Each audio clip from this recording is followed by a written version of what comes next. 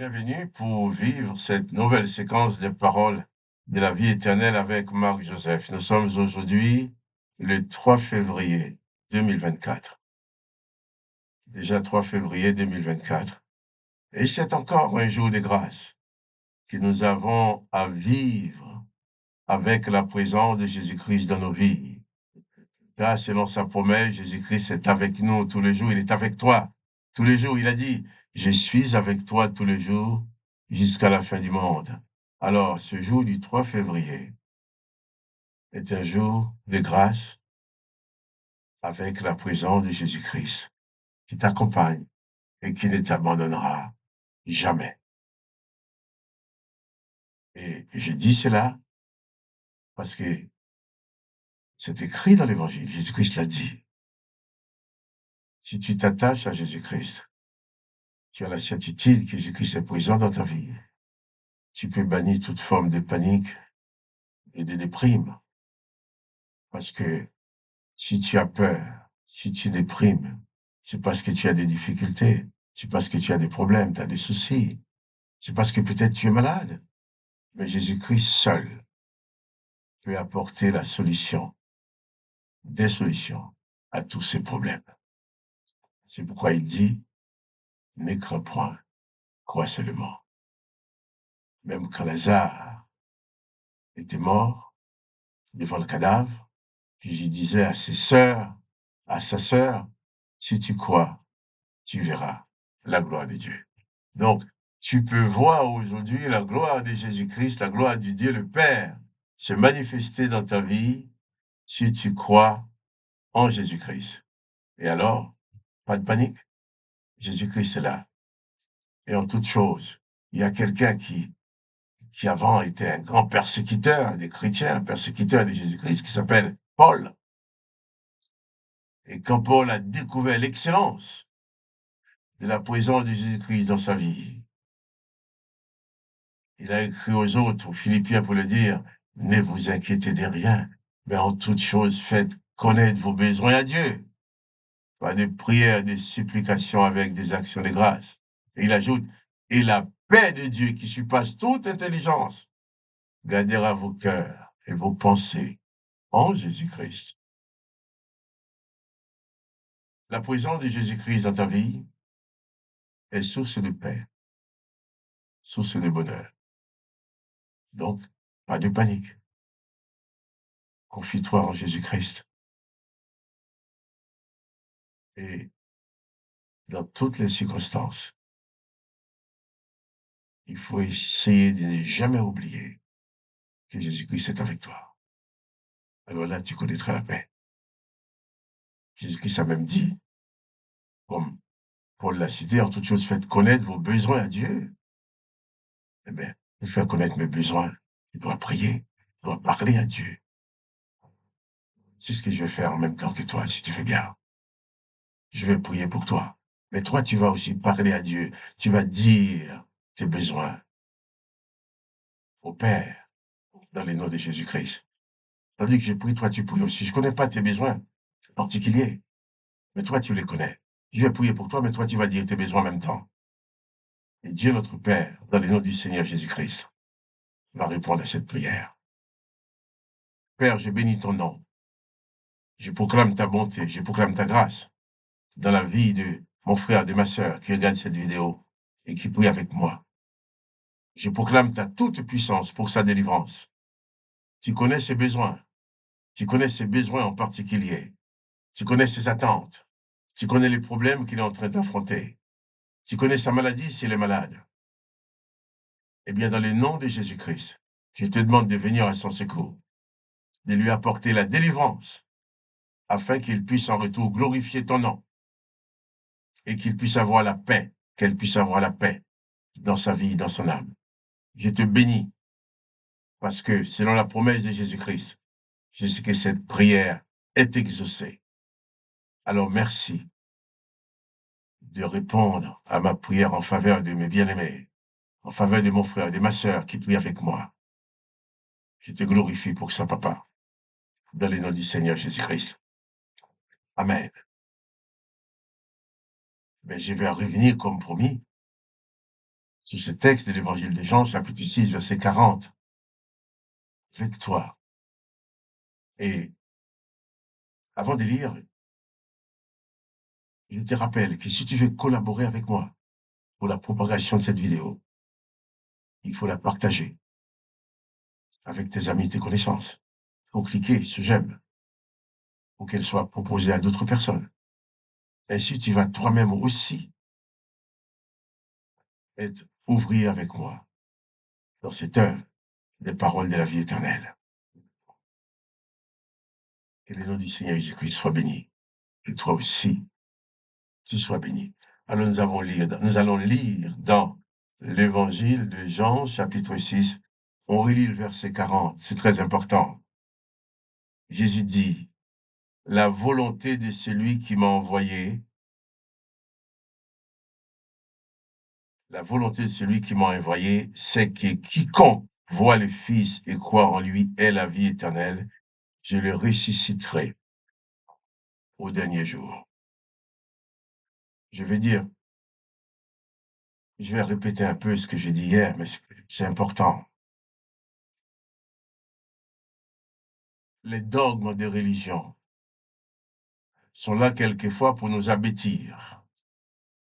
Chacun va nous donner sa doctrine pour nous conduire à faire ce qu'il veut.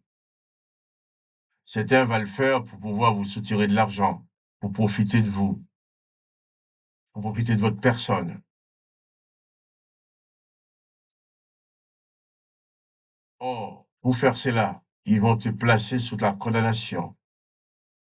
Or, si tu es en Jésus-Christ, il n'existe plus aucune condamnation pour toi. D'ailleurs, l'apôtre Paul l'a dit aussi aux Romains, chapitre 1er, verset 1er, Romains, chapitre 8, verset 1er, il a dit, il n'y a donc maintenant aucune condamnation pour ceux qui sont en Jésus-Christ. Donc, si tu te places en Jésus-Christ, il n'y a plus aucune condamnation pour toi. Mais si tu te places en dehors de Jésus-Christ, il y a toutes les condamnations possibles sur ta vie.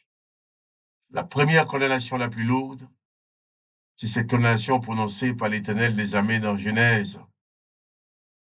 Quand il dit, voici l'homme est devenu comme l'un d'entre nous, maintenant empêchons-le de vivre éternellement. La première condamnation, c'est que tu es exclu de la vie éternelle. La deuxième condamnation la plus lourde, c'est lorsque l'Éternel dit qu'il se répand d'avoir fait l'homme. Il a réalisé qu'il y avait un échec dans son œuvre. Je me répands, il s'est repenti. On ne se répand pas de quelque chose qu'on a réussi, on se répand de quelque chose qu'on a raté. Il se répand d'avoir fait l'homme. Alors, comme c'est raté, c'est pas réussi, il a pris une décision. L'Éternel des armées a pris une décision en disant, je détruirai l'homme, j'exterminerai de la face de la terre l'homme que j'ai créé. Et tous les enfants qui sont nés aujourd'hui, qui sont nés hier, qui vont naître demain, vont tous naître pour être exterminés. Ils vont naître pour mourir, selon la condamnation que l'Éternel des armées a prononcée sur l'humanité.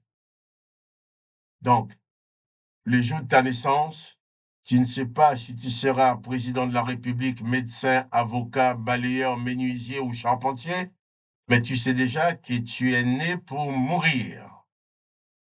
Parce que l'Éternel l'a décidé ainsi. Tu sais que tu es né pour être exclu de la vie éternelle. Et Jésus-Christ vient. Il dit que la volonté de son Père, c'est que tous ces hommes-là qui sont nés pour mourir, et pour mourir éternellement, puisqu'ils n'ont pas de vie éternelle, ils ont la mort éternelle, tous ces gens-là, Jésus dit, vient, il dit que tous ces gens-là, s'ils veulent croire en lui, il leur donne le pouvoir de vivre éternellement, et lorsque la mort de l'Éternel des armées va frapper leur corps, Jésus dit, je les ressusciterai. Et c'est pour ces raisons-là, d'ailleurs, que les chefs religieux de l'époque ont voulu absolument la destruction de Jésus. Ces gens-là qui ont demandé, ces chefs religieux juifs qui ont demandé la mort de Jésus, n'étaient pas forcément des méchants. Ils n'étaient pas plus mauvais que tous les hommes, mais ils étaient animés et conduits par l'Esprit de l'Éternel qui voulait mettre en exécution les paroles de l'Éternel. Et ils ne pouvaient pas faire autrement. Ils n'avaient pas d'autre choix que de demander la mort de Jésus, puisque Jésus est venu proclamer le contraire de ce que l'Éternel avait établi. Jésus est venu proclamer le contraire de leur foi. Alors, ils ont demandé la mort de Jésus. Mais attention, il ne faut pas commettre l'erreur d'accuser ces gens-là, de porter des accusations et dire les Juifs ont tué Jésus, les Juifs ci, les Juifs ça. Non! D'ailleurs, ceux qui ont demandé la mort de Jésus, et c'est les Juifs qui vivent aujourd'hui, ils n'ont aucune responsabilité dans ça. Ce serait méchant de notre part d'accuser les Juifs d'aujourd'hui ou dire qu'ils sont responsables de la mort de Jésus. Et même les Juifs de l'époque de Jésus ne sont pas responsables de la mort de Jésus. Ce sont leurs chefs, animés de l'Esprit de l'Éternel, qui ont demandé la mort de Jésus-Christ. Les textes nous disent même qu'ils ont poussé le peuple à demander la libération des bandits pour obtenir la crucifixion de Jésus-Christ. Et Jésus-Christ lui-même sur la croix, il n'a pas condamné les Juifs, il n'a pas condamné les chefs religieux qui l'ont fait tuer. Il a dit au contraire, Père, pardonne-leur, pardonne-leur, ils ne savent ce qu'ils font. Il ne pouvait pas faire autrement, vu qu'il était animé de l'Esprit de l'Éternel, et Jésus-Christ avait annoncer des choses qui sont contraires à ce que l'Éternel avait établi. Et j'ai dit tout ça, c'est pour te dire, si tu veux être en paix, si tu veux accéder à la vie éternelle, il faut te placer absolument et exclusivement en Jésus-Christ. Je dis bien en Jésus-Christ. Car la vie éternelle est en Jésus-Christ. Le pardon est en Jésus-Christ.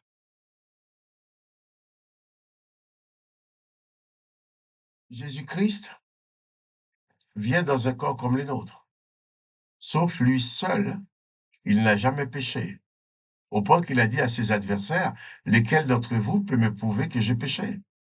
Lesquels d'entre vous peut me convaincre de pécher? Je n'ai rien fait de mal. Et Jésus, c'est le seul homme ayant vécu sur la terre qui pouvait dire de telles choses, mais il a été mis à mort. Pourquoi? Parce que toi et moi, nous sommes nés déjà condamnés. La condamnation à mort n'est pas venue sur ta vie après que tu aies péché. Car même les bébés qui sont nés aujourd'hui sont déjà condamnés à mort. Il y en a même qui sont nés qui meurent à la seconde près ou à la minute près ou 2, 3 jours après. On ne pourra pas dire à ces bébés qu'ils meurent à cause de leur péché, puisqu'ils n'ont pas eu le temps de commettre aucun péché. Donc, la condamnation était dans ta vie avant que tu pêches. Ce ne sont pas tes péchés qui provoquent ta condamnation. C'est l'Éternel qui t'a condamné. Tu es né dans la condamnation et tu pêches après avoir été condamné. Et le péché, après avoir été condamné, serve seulement à t'installer dans cette condamnation afin de pouvoir dire enfin je le mérite. Mais non, tu ne le mérites pas, puisque tu as déjà été condamné avant de pécher. Le péché ne fait que t'installer dans la condamnation. Que tu pêches ou pas, tu es condamné. Mais Jésus-Christ vient, il te dit, que tu pêches ou pas, lui il te donne le salut, il te donne la vie éternelle. Et c'est pour ça seul Jésus-Christ peut apporter la paix dans ta vie. Il ne faut pas t'étonner de m'entendre dire que tu étais condamné avant d'avoir péché, c'est la réalité. Donc lis les textes. L'évangile de Jean chapitre 6, lis aussi les textes de la Genèse.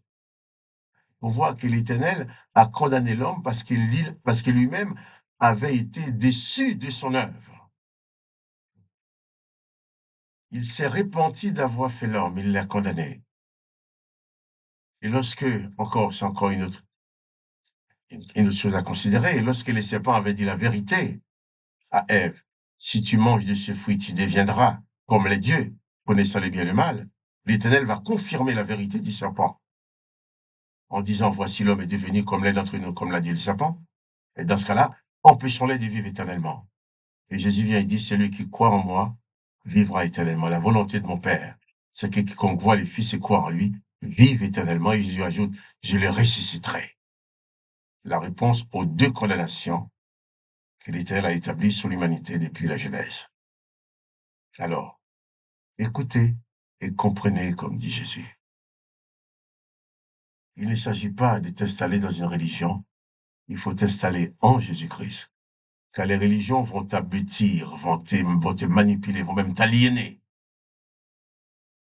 par des choses qui n'ont aucun rapport avec l'Évangile pour te conduire loin du chemin du salut.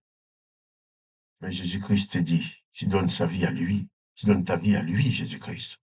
Il te donne la vie éternelle. Prends Jésus-Christ maintenant comme maître à penser. Le seul, Jésus-Christ, c'est mon maître à penser.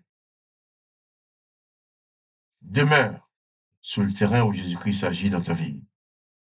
Pas de panique. Que ce soit pour la vie ou après cette vie terrestre, pas de panique. Jésus-Christ est avec toi. Jésus-Christ sera avec toi. Alors, j'espère que tu as compris, mais prends le temps de réfléchir, afin que le nom du Père soit glorifié dans ta vie, que le nom de Jésus-Christ soit glorifié dans ta vie.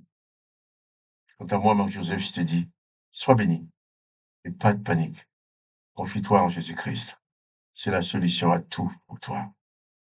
Et je te dis aussi, à demain pour une autre séquence de paroles de la vie éternelle.